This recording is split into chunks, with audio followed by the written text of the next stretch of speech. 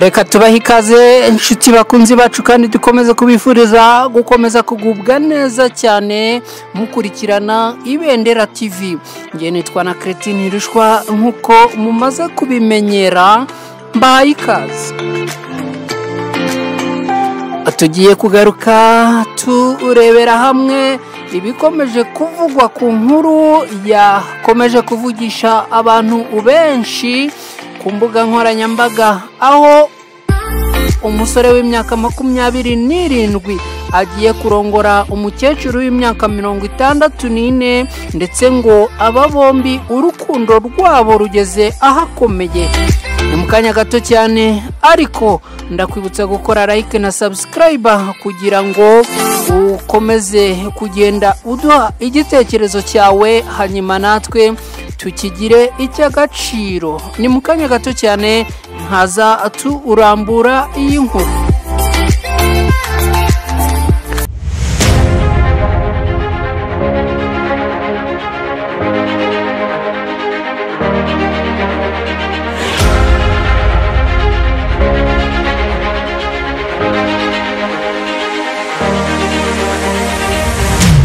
Umuhanzi Safi Iteke w'imyaka 27 agiye kurongora umukecuru w'imyaka 64 ndetse akaba amaze imyaka 19 yose acuze.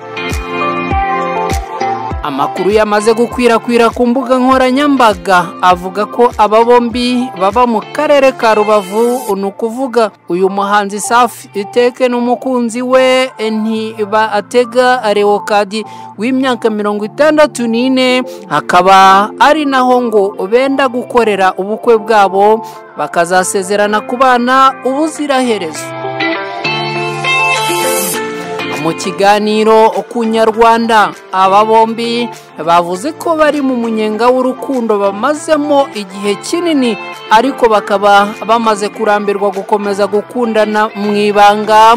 Akaba ariyo mpamvu ngo ibi bagiye kubishyira ku mugaragaro, ndetse ngo nta gihindutse bakaba benda gukora ubukwe muri uku kwezi kwa Nzeri umwaka wa 2020. Urukundo rugira yarwo koko. Ntibatega Leocadi abajijwe ku rukundo akunda uyu musore Safi Iteke, yavuze ko ngo amukunda byabuze urugero, ndetse ngo baramutse bagiye kumwica yakwitambika akaba ari we bica maze akamubera igitambo. Naho ku rundi ruhande Safi Iteke we avuga ko ngo amaze amezi 8 yose akundana na Ntibatega Leocadi. Agira ati, iyo urukundo ruje rukagutegeka gukunda umuntu uramukunda, turateganya kuzabana ndetse vuba cyane. Yakomeje avuga ko ngo impamvu yamuteye gukunda uyu akamurutisha abandi bakobwa ngo nuko ari inyangamugayo, akaba yitonda kandi ngo akamenya guca bugufi. Mu kugaragaza ko amukunda byimazeyo, yavuze ko ngo atigeze amukundira ubutunzi, ko ngo ahubwo yamuhisemo kubera kugira umutima mwiza. Uyu mukecuru w'imyaka 64 asanzwe ari umubyeyi w'abana 6 yabyaranye n'umugabo we wa mbere witabye Imana mu mwaka w'1994. Ntibatega Leocadi nawe yahishuye byinshi byihariye birimo ibiteye amatsiko kuri uyu musore w'imyaka 27 wamuhogoje, ndetse akaba yaramwihebeye akamurutisha abandi bagabo nk'udukino tw'abakundana baba bari gukina maze rubanda bakajiginywa, ndetse rimwe na rimwe bakanyuzamo bakanasomana.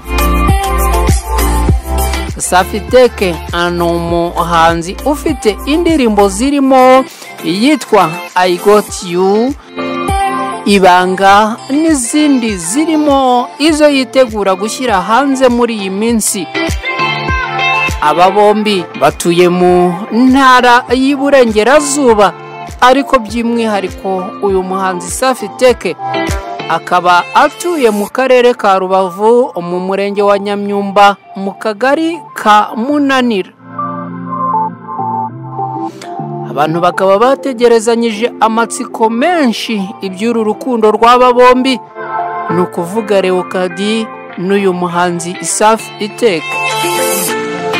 Wa mugani ngo urukundo uwo rushatse ruramusanga.